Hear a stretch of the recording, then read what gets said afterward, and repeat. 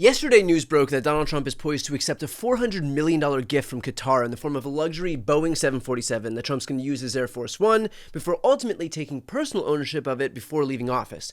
This would likely represent the biggest corruption scandal in the history of the presidency, in that presidents aren't allowed to accept any gifts, much less those worth $400 million.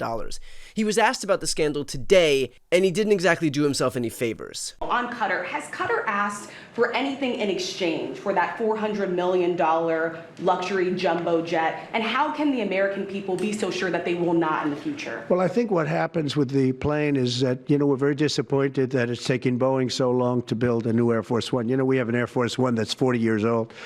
And if you take a look at that compared to the new plane of the equivalent, stature at the time, it's not even the same ballgame. You look at some of the Arab countries and the planes they have parked alongside of the United States of America plane.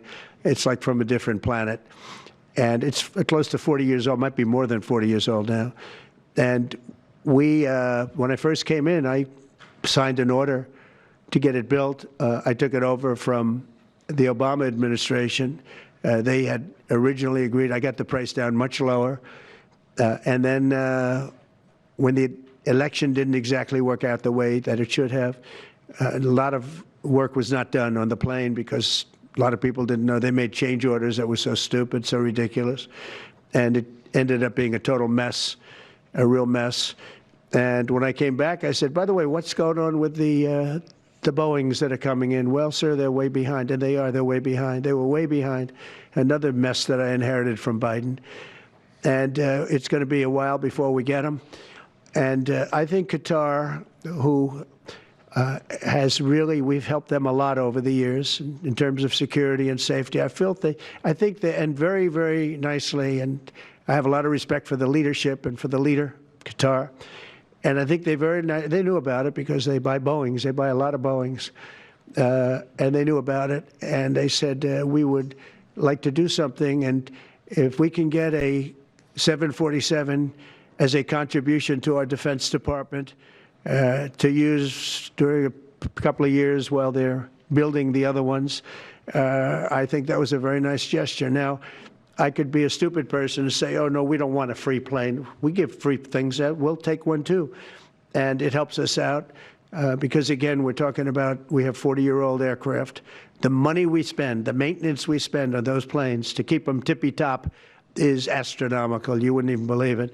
So I think it's a great gesture from Qatar. I appreciate it very much. I would never be one to turn down that kind of an offer. I mean, I could be a stupid person and say, no, we don't want a free, very expensive airplane. Trump says, I could be a stupid person and say, I don't want a free, very expensive airplane.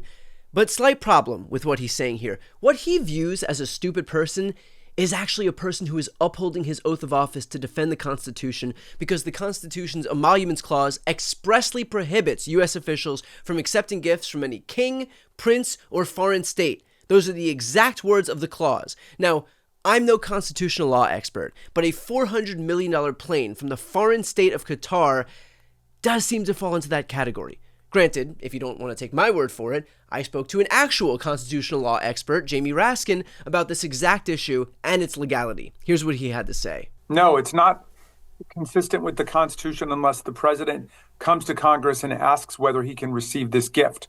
Because Article 1, Section 9, Clause 8 of the Constitution, the Foreign Emoluments Clause, says that no person occupying any office of profit or trust in the United States, that includes the president, shall receive from a prince, king, or foreign state a present, an emolument, which means a payment, an office or a title of any kind, whatever, without the consent of Congress. So if you want to take, $5,000 vacation gift or a $100,000 check or a $400 million jet, you got to come to Congress first to ask. I mean, there's a great story about Abraham Lincoln, who received from the king of Siam a beautiful elephant tusk. It was in the middle of the Civil War.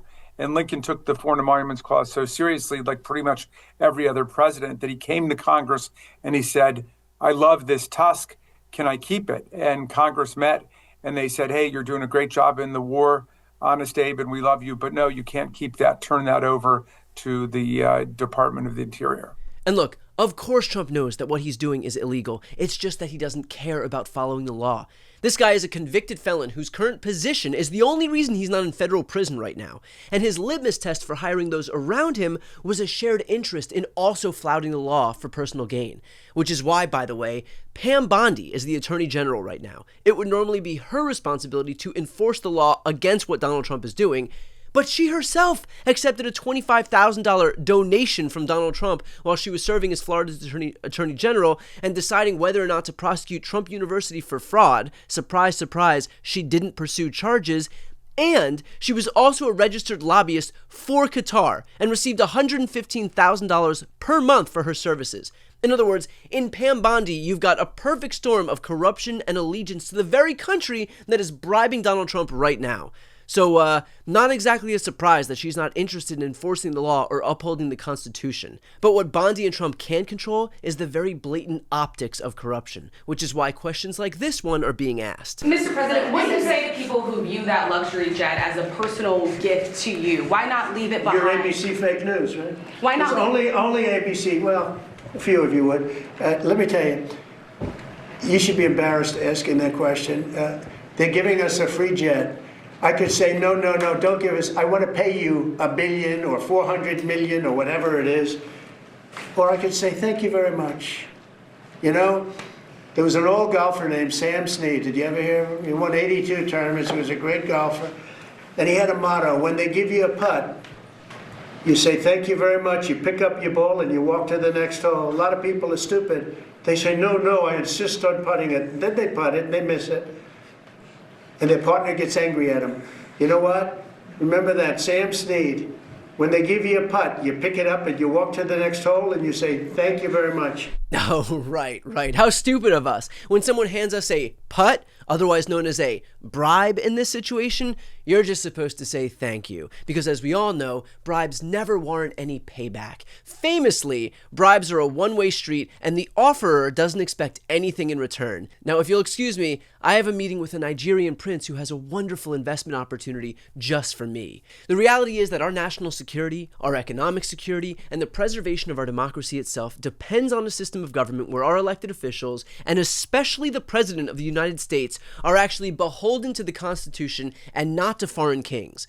But Trump isn't interested in defending democracy because he is focused on enriching himself. That's why his strategy here is to pretend that it would be stupid not to accept a bribe, that it would be stupid to uphold the Constitution, that it would be stupid to follow the law. The reality is that the rest of us, well, we all have to, but not Donald Trump, because the law and order candidate isn't beholden to the same rules as the rest of us.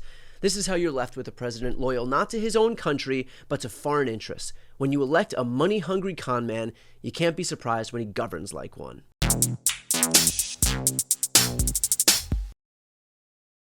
Before you go, if you enjoyed this content and you want to see more and support independent media, please subscribe to this channel. The subscribe button will be right here on the screen. But second, the reality is that we are now in a political environment where this administration can lean on any of the social media platforms to suppress certain voices if they don't like critical coverage. That means my longevity here is in the hands of a few tech billionaires who are already making it clear that they are willing to cater to this administration. To that end, signing up for my newsletter is a way for me to reach you directly if that ever becomes necessary. I'll put the link right here on the screen as well, so please sign up. It's free, but there's also an option to do a paid subscription if you'd like to support me and my team. I really appreciate it. Thanks so much for watching.